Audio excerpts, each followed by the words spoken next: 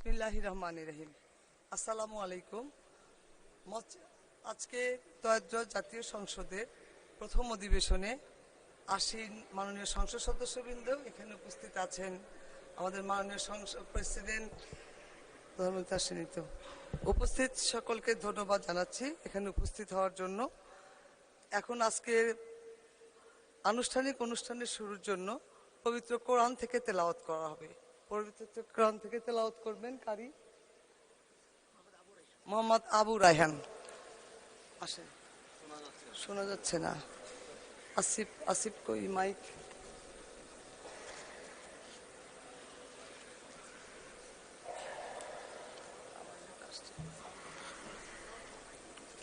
أعوذ بالله من الشيطان الرجيم.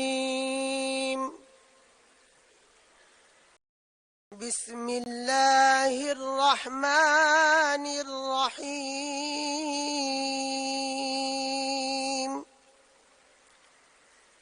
ولتكن منكم أمة يدعون إلى الخير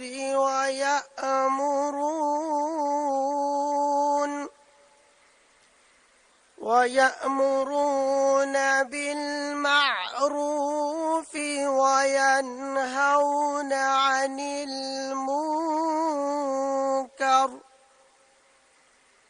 وأولئك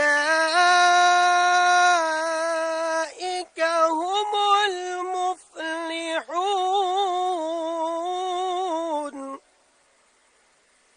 وأولئك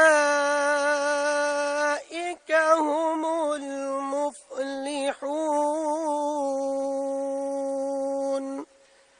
صدق الله العظيم.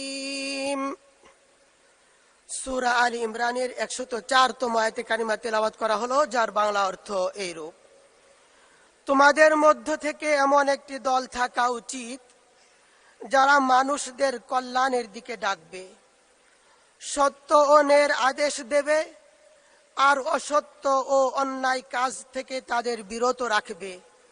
এরাই হচ্ছে সত্যিকারের সফল। বারাকাল্লাহু লানা ওয়া লাকুম ফিল কুরআনিল আযীম। আসসালামু আলাইকুম ওয়া রাহমাতুল্লাহ।